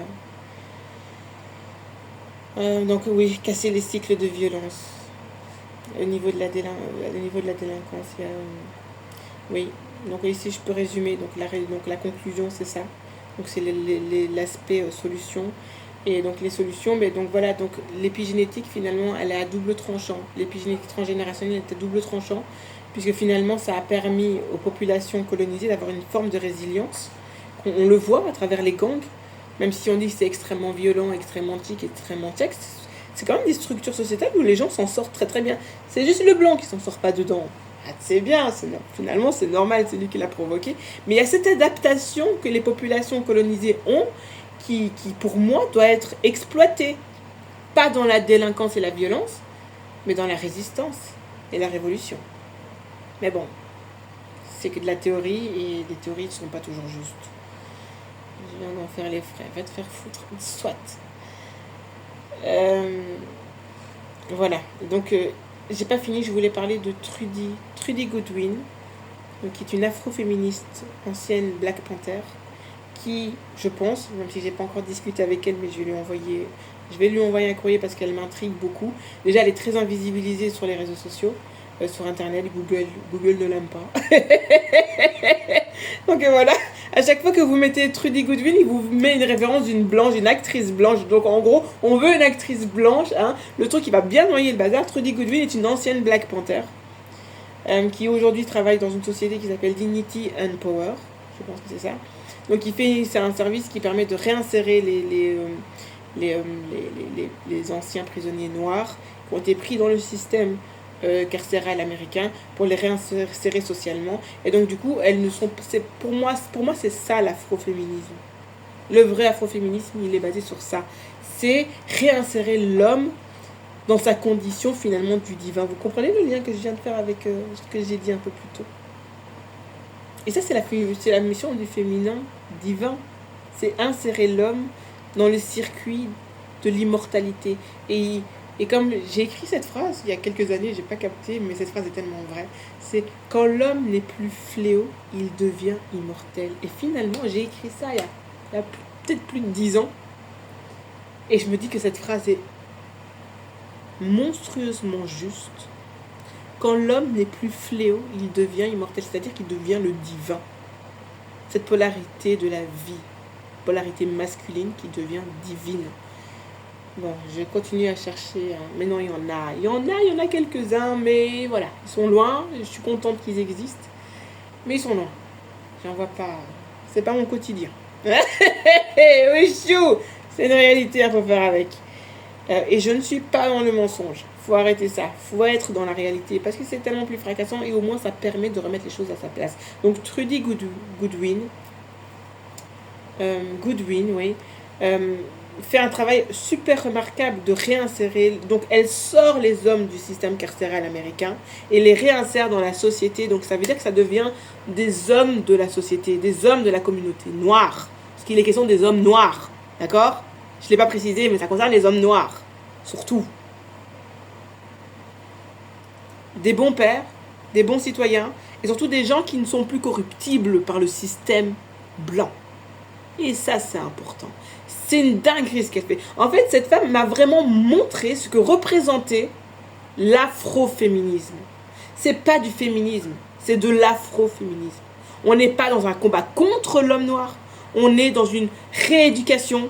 On est dans une comment on appelle ça, reprogrammation de l'homme noir qui ne fait que de la merde. Et aujourd'hui, c'est un putain de fléau pour la communauté noire. Je suis désolée, je le dis. Désolée. Faut le dire des fois un peu, de temps en temps. Faut le dire. Je n'ai vu que ça, de toute façon, de ma vie. Et non seulement il est un problème pour la communauté, mais il est un problème aussi pour les autres communautés. Parce que quand on parle de l'adolescence et des jeunes noirs adolescents qui font de la délinquance et qui font n'importe quoi, c'est nuisible pour tout le monde. Et je suis sûre qu'il y a des gens qui sont d'accord avec moi. J'ai déjà discuté avec un gars, il était raciste, il me dit moi j'aime pas les nègres. J'avais mis de la musique là avec les femmes qui font de la danse, ils sont à moitié nus, des peuples de Tahiti, etc. Les danses comme ça avec les tambours et tout. Il dit ouais moi ça j'aime pas ça, elles sont à moitié à poil. Le raciste de base. Mais le gars je l'ai kiffé. Pourquoi? Parce que t'es honnête. Et il me l'a dit pourquoi. Entre quatre yeux il me l'a dit. Une de ses gamines a été violée par un noir. Qu'est-ce que tu veux dire à ça? Qu'est-ce que tu veux rajouter à ça? Qu'est-ce que tu veux rajouter à ça? Le gars il a le droit d'être raciste. Point barre. Mais nous en tant que communauté on a un devoir par rapport à ça. C'est faire en sorte que ça n'arrive, ces situations n'arrivent plus. Et ces situations n'arriveront plus à partir du moment où on va structurer la communauté. Et tu structures la communauté en commençant par les hommes. Tu éduques les gamins. Mais pour pouvoir bien éduquer les gamins, tu dois structurer les femmes. Et les femmes doivent être instruites. Je l'ai expliqué dans l'autre vidéo. Parce que du coup, vient se mêler l'épigénétique transgénérationnelle et vient se mêler aussi ton environnement. C'est pour ça que tu peux pas faire traîner ton gamin avec n'importe qui. Et qu'il y a des communautés bien spécifiques qui sont spécialisées là-dedans pour faire dévier les jeunes noirs. Ah, comment ils feraient pour avoir du carburant pour leur égrégore sinon? Chouchou. Tout est logique. Et donc, il faut utiliser la génétique dans la lutte parce qu'elle est un excellent support.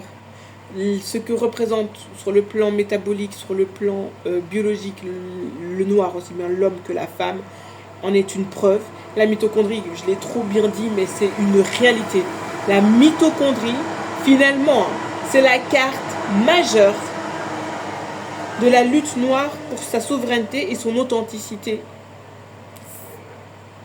Elle a détruit tout le racisme scientifique juste par son existence. Elle tue tout le racisme scientifique juste par son existence. Et le fait que ni les noirs, ni les blancs s'en préoccupent, en tout cas la communauté masculine, c'est parce qu'ils savent que la mitochondrie dit « Ah, créateur féminin, suppléant masculin. » Et elle n'inscrit pas le masculin dans le divin et l'immortel. C'est-à-dire qu'il doit mériter cette place. La femme l'a automatiquement.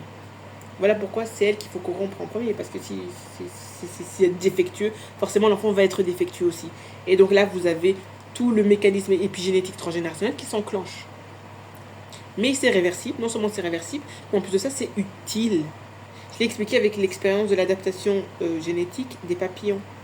Une adaptation génétique, qui n'est pas une transmutation. L'homme blanc qui vit pendant plus de 30 000 ans et qui subit la nature pendant plus de 30 000 ans a un épigénétique qui est devenu transmuté. Et donc qui est devenu... Alors, est-ce que c'est ça qui l'a rendu blanc? J'en sais rien. Parce que finalement, il y a trop de sources qui disent des choses différentes. Il faudra vraiment se concentrer et trouver un point commun entre tout ce qui a été dit. Pour exclure que personne ne raconte de conneries. Mais il faut en tenir compte de cette épigénétique qui a été transmutée chez le blanc. Il faut l'utiliser à notre avantage. Il a peur de la nature. Il a peur de ce qu'il ne contrôle pas. Pourquoi tous les musées européens possèdent nos artefacts de nos ancêtres? Parce que les artefacts de nos ancêtres utilisent l'énergie de la métaphysique qu'ils appellent la physique quantique. Il faut l'exploiter à notre avantage. Parce que ces appareils peuvent être enclenchés à distance.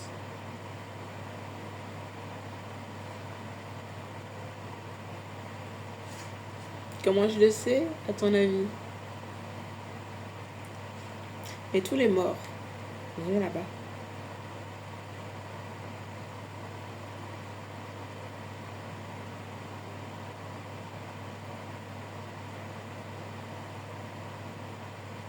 Et donc dans cette conclusion, et donc par rapport à l'exemple de Trudy Goodman, Goodwin, Goodwin, pardon, excusez-moi. Je vais mettre son site internet en barre d'infos. C'est une très belle maman comme ça là, trop jolie, je vais vous la montrer. Et donc du coup il y a le fait que, parce que c'est quelque chose, en fait c'est un phénomène que j'observe ici, moi dans ma ville ici, hein, c'est que en fait ils ont besoin d'un bouc émissaire.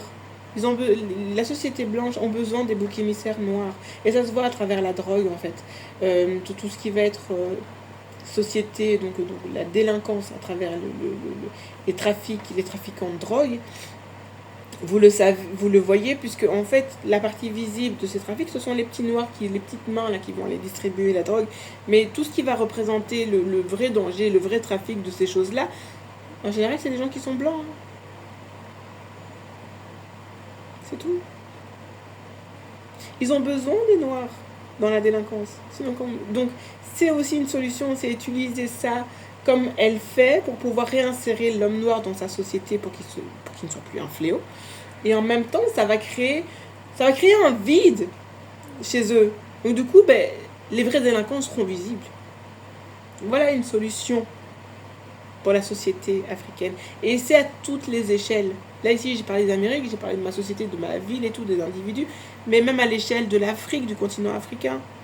Et finalement, l'AES le démontre et le prouve. Quand ils structurent leur population, finalement, les traites deviennent très visibles. Pardon, félicitations d'avoir démantelé là, ce réseau Et j'ai discuté avec un Malien ici. Là, il se revendique malien, nanana, mais le gars, il n'est pas d'accord avec les politiques de l'AES. Il dit, mais attends, t'es malien toi ou quoi? T'as vu? Non, c'est très spécial. J'avoue que c'est très spécial ce qui se passe en Afrique. Très spécial. En tout cas, voilà, des solutions j'en ai apportées. Il faut les appliquer. C'est des théories. Alors, les théories, des fois, elles sont pas abouties. C'est comme quelqu'un m'a dit récemment, concernant, par exemple, comment ça s'appelle? Le nombre imaginaire en mathématiques, vous tapez ça, qui aura permis de théoriser le Big Bang. Puis allez voir la vidéo de l'astrophysicien qui reconnaît qu'ils sont nulle part. Même l'âge de la Terre, l'âge du Soleil et l'âge de l'univers, c'est pas juste, les gars. Le gars l'a reconnu, c'est pas juste. Mais ils peuvent pas revenir sur ces notions-là parce qu'ils ont tué des millions de gens au nom de cette intelligence scientifique. Enfin, c'est pas drôle parce qu'ils ont tué mes ancêtres. Je rigole pas. Non, mais parce que je trouve la situation... C'est comme un boomerang qui te revient en pleine gueule, quoi. Parce qu'on parle pas d'une petite quenelle que t'as fait à ton voisin, on parle de génocide. C'est pas anodin, quoi. D'appropriation de terre. Enfin, c'est costaud, quoi. Et je vous montre la jolie maman, là. La Black Panther. Black Panther. Trudy Goodwin. Bon, voilà, je vous montre son site, je la mettrai en barre d'infos. C'est une jolie maman.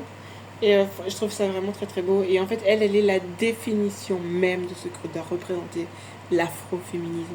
Et je ne laisserai plus un seul homme noir critiquer les afroféminines en disant le féminisme, ça appartient pas au monde traditionnel africain. Arrêtez ça! Parce que vous vivez dans ce monde patriarcal et vous jouissez des privilèges patriarcaux. Et désolé, mais vous êtes tous dedans, les gars. C'est pas moi qui le dis, c'est pas moi qui ai envie de le dire, c'est vous qui me le permettez de l'observer. C'est pas la même chose. Et je trouve ça, je suis déçue, mais c'est pas grave. Je suis là pour apporter des solutions. Je suis une ganga et les gangas soignent et guérissent. Je suis dans ma fonction. C'est normal. C'est pour ça, hein, c'était un objectif de monter ce travail de fin d'études. C'était soigner ce monde malade. Je suis dans ma fonction sociale, je suis une ganga. Je suis un médecin. Et ma divinité est le félin. Voilà, plutôt la féline. T'as vu? Je suis dans mon identité. Sur ce, je conclus. Et puis, je vais essayer de faire ça un peu plus net, un peu plus pro. J'avoue que je fais ça un petit peu en mode wesh wesh. Parce que j'ai pas les programmes informatiques pour pouvoir faire des belles vidéos bien stylées et tout. Ça coûte de l'argent. Je suis pas riche, les gars. Je suis encore avec mes vêtements de... C'est mes robes de grossesse. Faut arrêter ça, t'as vu? Mes robes de grossesse. J'ai acheté 5 € l'unité. T'as vu? J'en ai acheté 4 pour 20 balles. Et fous-moi le camp, s'il te plaît. Je termine mon poème. Et j'ai fini ma vidéo. Donc, c'était super sympa. J'étais pas de très bonne humeur ce matin. Là, je suis tout enjaillée. Les magasins, il est 20h30. J'ai un moment, je m'étais dit, je vais aller chercher une bière au magasin. C'est pas grave. C'est pas grave. Je terminerai plus tard. C'est pas grave. N'empêche, bon. En fait, j'ai envie de chiller parce que je me dis, maman, j'ai fait ma vidéo, là, putain, je m'étais dit que je la ferais pas. Puis finalement, je la fais. Et ça m'a remis les idées en place parce qu'en fait, étudier, penser comme ça, là, c'est pas très... ça permet pas d'avoir... En fait, quand j'étudie, j'aime bien parler à voix haute parce que justement, du coup, j'entends ce que je dis. Et c'est comme si j'avais une autre audition de ce que je pensais. Et du coup, c'est très spécial. Chacun réfléchit comme il en a envie de réfléchir. En tout cas, si ça m'amène à avoir des bonnes réflexions comme ça, où voilà, on a fait de la chimie, on a fait de la biologie, on a fait de l'archéologie, on a fait de l'astrophysique, on a fait de la sociologie. Que demander de plus, sérieux. Et puis maintenant, on fait un peu de poésie avec ma conclusion. Et j'ai fini. Donc, j'ai écrit. En fait, c'est donc qui est un texte que j'ai écrit, un petit poème que j'ai écrit par rapport à un rêve que j'ai fait. Et un rêve que j'ai fait quand j'ai présenté mon dossier sur Toutankhamon, quand j'étais petite. Qui m'a donné un rêve qui m'a donné des références mathématiques que je comprends aujourd'hui à travers les mathématiques ici. Et donc, du coup, c'est impressionnant, je trouve ça sympa. Et donc, je le partage avec vous. Voilà, je partage avec vous. Donc, je suis revenue dans la matière pour expérimenter l'amour, la balade ensemble, cycle chantant qui amène à bonne destination, pour voir la fusion qui crée la maison des étoiles. Haché. Hein? Kodja, Sénèbe, et bonne année à tous. Peut-être.